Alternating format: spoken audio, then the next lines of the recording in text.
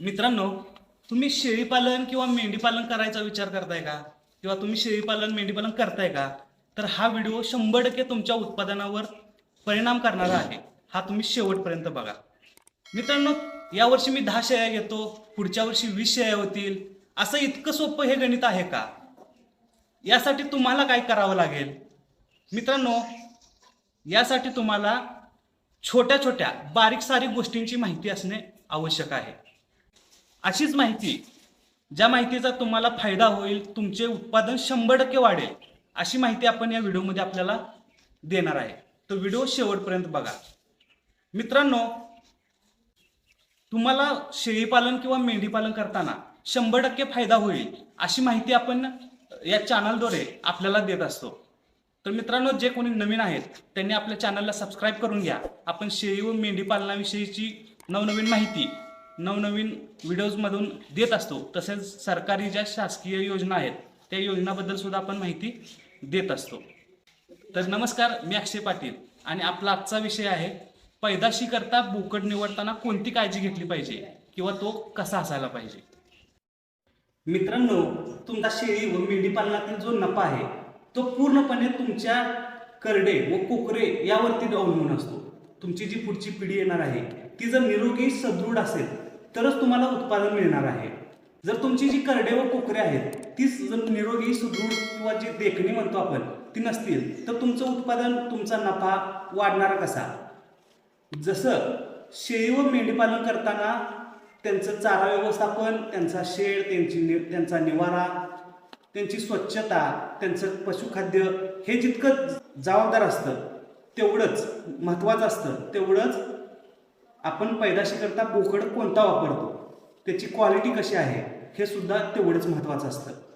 बोकड निवडताना सुरुवातीला तुम्ही शेळीपालन कोणत्या गोष्टीसाठी करत आहात, म्हणजे मांस उत्पादनासाठी करत आहात की दूध उत्पादनासाठी करत आहात, या गोष्टीचा सुद्धा तुम्ही विचार करायला पाहिजे.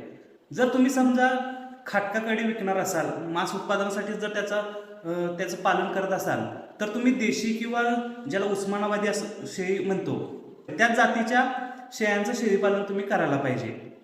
तर माझं असं म्हणणं आहे की तुम्ही जर उस्मानाबादी किंवा गावरान शेळ्या पाळत असाल तर तुम्ही बोकड सुद्धा त्याच जातीचा वापरायला पाहिजे. मित्रांनो, तुमचा जो पैदाशीचा बोकड म्हणजे किंवा मेंढ्यानर असेल, जो ब्रीडर आहे, जर तो निरोगी नसेल तर तुमची जी होणारी करडे किंवा कोकरे आहेत ती तर निरोगी किंवा सदृढ कशी होतील? तुम्ही बोकड किंवा तुमचा मेंढेनर, बकरा जो ब्रीडर आहे तो निवडताना असा निवडा की ज्याच्याबद्दल तुम्हाला माहिती आहे, जो तुम्ही समोरून पाहिलाय की त्याची झालेली पिल्ले किंवा त्याची प्रजनन क्षमता, नंतर ज्या ब्रीडरच्या वंशावळीबद्दल तुम्हाला माहिती आहे, अशा ब्रीडरची निवड करा. आता अनेक जणांचं असं म्हणणं असतं की ट्विन्स किंवा ट्रिपलेट्स म्हणजे जुळ्या किंवा तिळ्यातला जर बोकड असेल तर उत्पादनावरती फरक पडतो. बरोबर आहे, असं होऊ शकतं. पण जर समजा जर 3 पिल्ले आहेत तर त्या पिल्ल्यांना जर 1 वर्षापर्यंत शेळीचं दूधच व्यवस्थित मिळालेलं नसेल तर त्याची 1 वर्षापर्यंत वाढ व्यवस्थित होणार नाही. मग त्याचा उपयोग तरी काय होईल? तुम्हाला बोकड निवडताना किंवा कोणताही शेळी किंवा मेंढीमधील ब्रीडर निवडताना असा निवडायचा आहे की ज्याचे 1 वर्षापर्यंत व्यवस्थितपणे वाढ झालेली आहे.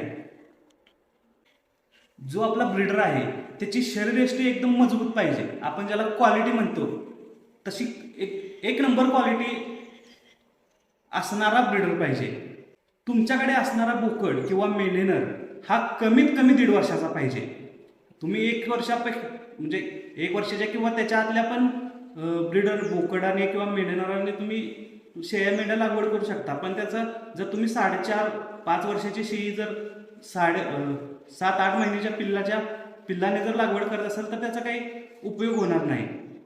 यानंतर तुम्ही जे बोकड निवडणार आहे त्याचे लसीकरण झालेले आहे का, त्याला काही जन्मजात किंवा त्याच्या मागच्या पिढीमध्ये काही प्रॉब्लेम्स होते का, त्याच्या नातलगाकडून झालेली जी पिल्ले आहेत त्यांना त्यामध्ये काही दोष होते का, या सगळ्या गोष्टींची तुम्हाला माहिती घेणं आवश्यक आहे. मित्रांनो, एक गोष्ट लक्षात ठेवायची आहे, आपल्या करडे व कोकरांकरिता म्हणजे जी करडे व कोकरे होणार आहेत यांकरिता शेळ्या जितक्या जबाबदार असतात तितकेच आपला जो ब्रीडर आहे तो सुद्धा तेवढाच जबाबदार असतो.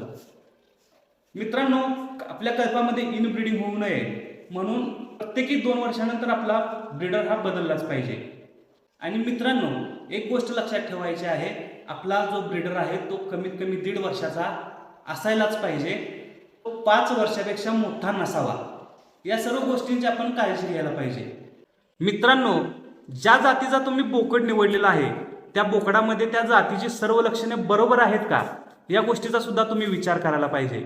यानंतर त्या बोकडाचे किंवा जो ब्रीडर आहे, मेंढेनर असेल किंवा बोकड असेल, त्याचे पाय मजबूत आहेत का, त्याचे खूर उंच असायला पाहिजेत ते आहेत का, किंवा तो 4 पायांवरती व्यवस्थित चालतो का, त्याचे 4 पाय एकदम मजबूत आहेत का, तो सदृढ डौलदार बांधा किंवा वयाप्रमाणे उत्तम वाढ झालेला आहे का, तसेच तो निकोप, निरोगी, तरतरीत नजर, उभार डोके आणि मर्दानी व्यक्तिमत्वाचा आहे का, तसेच त्याच्या अंडकोशात 2 वृषण उतरलेले असावेत.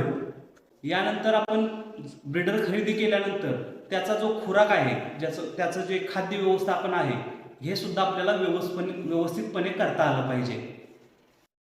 मित्रांनो, तुम्ही तुमचा ब्रीडर हा रोज त्या कल्पामध्ये सोडायचा नाही.